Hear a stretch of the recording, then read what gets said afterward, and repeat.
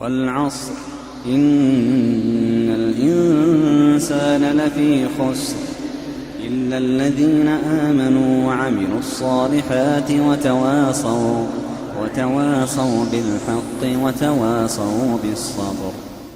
Бисмилля, алхамдулилля, ассаляту вассаляму аля расулилля. Но, как мы сказали, братья, рай он дорог. И получить его просто так невозможно. И поэтому сподвижники, предшественники, последователи, они знали цену рая и стремились к нему изо всех сил. Поэтому они проводили дни в посту, испытывая жажду. Поэтому они ночью молились, Аллах Субхану Тааля, совершали намазы. Поэтому они не жалели своих жизней и всего, что есть у них дорогого, ради этой цели, ради рая Всевышнего Аллаха и довольства Аллаха Субхану Тааля. А среди нас есть и те, кто хочет так, кто понимает цену рая, кто стремится к этому. Посмотри на себя. Давайте приведем некоторые примеры того, как стремились к краю предшественники, а потом сравним себя с ними. Если ты увидишь, что твое стремление такое же, как у них, возблагодари Аллаха Субхану Тааля. Но если увидишь, что далеко не таково твое стремление, тогда нужно спешить присоединиться к этому каравану спасения. Мы уже говорили про стремление Абу Бакра, и стремление Умара было велико. Пророк алейхиссалату вассалям говорит: я вошел в рай. То есть пророк алейхиссалату вассалям вошел в рай, увидел, что есть в раю, и он говорит: я увидел там в раю дворец. Увидел дворец, и я спросил, а чей это дворец? Мне сказали, это дворец одного человека из курайшитов. Пророк алейхиссалату вассалям говорит: я пожелал, может быть, чтобы это был я. Мне же сказали, это дворец Умара ибн аль-Хаттаба. Пророк алейхиссалату вассалям говорит: если бы не твоя ревность, то есть ревнивость твоя, Умар, то тогда бы я зашел в этот дворец, чтобы посмотреть, вошел бы в этот дворец. И тогда Умар, правда, Аллаху Тааля, он заплакал. Он стал плакать и сказал: Аваугару алейка, я Расулаллах. Неужели можно ревновать к тебе, у посланника Аллаха? Усман ибн Аффан, посмотрите его стремление к краю. Пророк алейхиссалату вассалям, когда мусульмане прибыли в Медину, там не было воды для питья практически. Был колодец в руках у еврея, у иудея, который продавал эту воду и не давал просто так пить ее. И тогда пророк алейхиссалату вассалям сказал, что тот, кто купит этот колодец, Рома, тому будет рай. И купил его Усман, стремясь к краю. И когда было снаряжено войско на Табук, пророк алейхиссалату вассалям сказал, что тому будет рай. И кто снарядил это войско? Усман, таково стремление их к краю. Посмотрите на Харам ибн Мильхана. Пророк алейхиссалату вассалям отправил 70 человек из своих сподвижников к одному племени для того, чтобы учить их религии. Когда они прибыли к этому племени, Анас ибн Малик говорит: мой дядя Харам ибн Мильхан, он сказал другим: подождите, я сначала подойду к ним. Приду к ним, если они обеспечат мне безопасность, чтобы я донес им, что нужно от пророка алейхиссалату вассалям из истины. Хорошо? Хорошо, если нет, тогда вы будете поодаль. Когда он подошел к ним, приехал к ним, они дали ему безопасность. Сказали: да, все, ты в безопасности. А потом, когда он сел и стал рассказывать им религию, они дали знак одному человеку, и тот убил его. Убил его, и когда он увидел кровь, он сказал: фузту ва раббил Кааба. Аллаху акбар, фузту ва раббил Кааба. Превелик Аллах, я одержал успех. Клянусь Господом Каабой. Умейр ибн Хаммам аль-Ансари. Умейр ибн Хаммам аль-Ансари, его история, пророк алейхиссалату вассалям, когда было сражение при Бадре, он сказал: встаньте и идите к раю, ширина которого небеса и земля. Умейр сказал: рай, ширина которого небеса и земля? Пророк алейхиссалату вассалям сказал: да. Тогда он сказал: бах-бах, это у арабов, то есть выражение восхищения. Пророк алейхиссалату вассалям сказал: почему ты так говоришь, бах-бах? Тогда он сказал: ты, мусалам, посланник Аллаха, я хочу быть изобретателем этого рая. Ты из них, сказал пророк алейхиссалату вассалям. Умейр достал из своего колчана финики, стал их есть, а потом выбросил их. Выбросил их и сказал: если я, пока их доем, еще останусь жить, то это будет очень долгая жизнь. Он хочет в рай, он стремится к раю. Он бросил их, устремился навстречу врагам, к сражению и погиб. Однажды 4 из предшественников собрались возле Каабы, во дворе Каабы. Это был Мус'аб ибн Зубейр, это был Урва ибн Зубейр, Это был Абдуль-Малик ибн Марван, и это был сподвижник пророка, алейхиссалату вассалам, Абдулла ибн Умар. И сказал тогда Мус'аб: давайте каждый пусть скажет свое желание, кто что желает. Тогда Мус'аб сказал: я хочу быть наместником Ирака. Хочу быть наместником. Я хочу жениться на Сукейне бин Хусейн и на Айше бин Фальх ибн Убейдилля. И то, что он пожелал, то дал ему Аллах субхану ва тааля. Он стал наместником Ирака и женился на этих двух женщинах. Затем нашла очередь Урва ибн Зубейр. Урва ибн Зубейр сказал: а я хочу иметь знания религии и знания хадиса.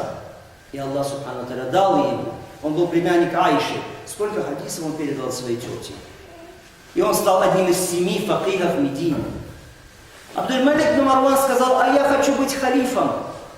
И Аллах субхану ва тааля дал ему это. Он стал халифом. И дошла очередь до Абдулла ибн Умар ибн Хаттаба, сподвижника пророка, алейхиссалату вассалам. И он сказал: а я хочу рай. Я хочу аль-джанна. Я хочу аль-джанна. Каждому было дано, что он попросил у Аллаха субхану ва тааля, что он пожелал. Один из предшественников, которого звали Рубей ибн Хейсан. Посмотрите, он так усердно поклонялся Аллаху субхану ва тааля, желая довольства Всевышнего и спасения, и желая рая, что люди сказали ему: может быть, ты дашь покой уже своей душе? Может быть, ты дашь покой? Ляу арахта нафса, он сказал: рахата аури. Когда они сказали: может быть, ты дашь покой своей душе, он говорит: а разве я делаю все это, не желая покоя для нее? То есть не делаю это все это для того, чтобы был ей покой, но тот вечный покой и благодать. Ахмад ибн Хамбаль, когда его спросили, когда человек наконец сможет вкусить, ощутить вкус покоя настоящего, он сказал, когда он сделает свой первый шаг в раю. Аллаху акбар. Говорят люди, которые были с ним, мы находились с Ахмадом рядом многие годы. Один говорит: я 20 лет, и летом, и зимой, и в холод, и жару сопровождал Ахмада ибн Хамбаль, учился у него, был с ним рядом. И каждый день я видел, что он изменяется, становится выше и выше. То есть он в своей правильности поклонения становится выше и выше. Каждый день это рост. Каждый день это рост. А если рост у нас? Если рост у нас? Если нет роста, это значит обязательно есть скатывание назад. На месте человек не может стоять. Либо он идет вверх, либо он идет вниз. Яхья ибн Муаз сказал такие замечательные слова. Прислушайтесь к ним. Он сказал: Амалюн кассара, твои деяния как мираж. Есть у тебя благие поступки, как мираж. А сердце твое лишено богобоязненности. А грехов твоих столько, сколько песчинок. И после этого ты хочешь, желаешь полногрудых дев рая? Хайхат, хайхат. Куда тебе? Ты пьян без вина. Ты пьян без вина. Мансур бин Му'тамир, тоже один из предшественников.